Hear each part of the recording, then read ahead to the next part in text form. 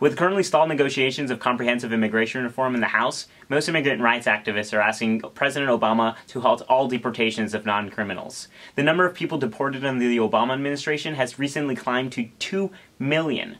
That's 1,100 people deported per day, or about the same amount of people deported between 1892 and 1997, with an estimated cost of $5 billion per year, or $12,500 per person deported.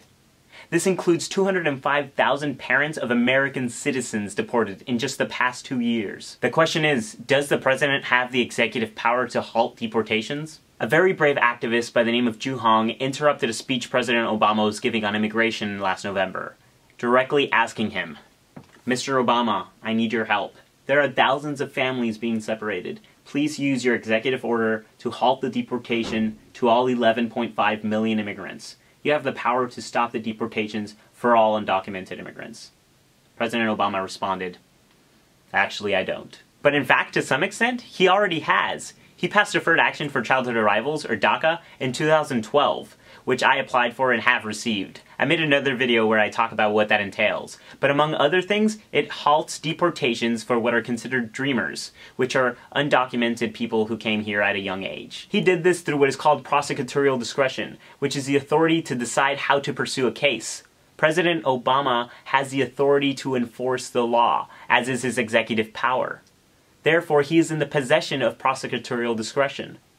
President Obama can simply choose not to pursue action against those charged with a civil offense of unauthorized stay in the United States. And as a former constitutional law professor in the University of Chicago, I'm sure that President Obama is fully aware that the Constitution gives the president the power to grant reprieves and pardons for offenses against the United States. One way that President Obama could stop deportations is by expanding the current DACA program above the current age limit, so that not only will dreamers not be deported, but those dreamers won't have to worry about becoming orphans because ICE shows up at their house in the middle of the night and takes their parents away.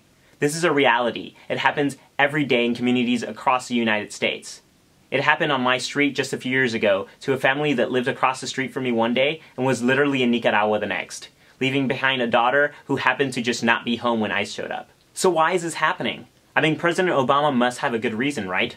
What's the point of all these families being broken up? Of all these potential future Americans being shipped back to their former countries? It's politics. President Obama believes that by expanding programs like ICE, or the controversial and frankly unconstitutional programs like Secure Communities, which is essentially a stop, frisk, and deport program, that he is showing the Republicans he is hard on enforcement. He believes that this will warm the GOP up to passing a bipartisan comprehensive reform bill.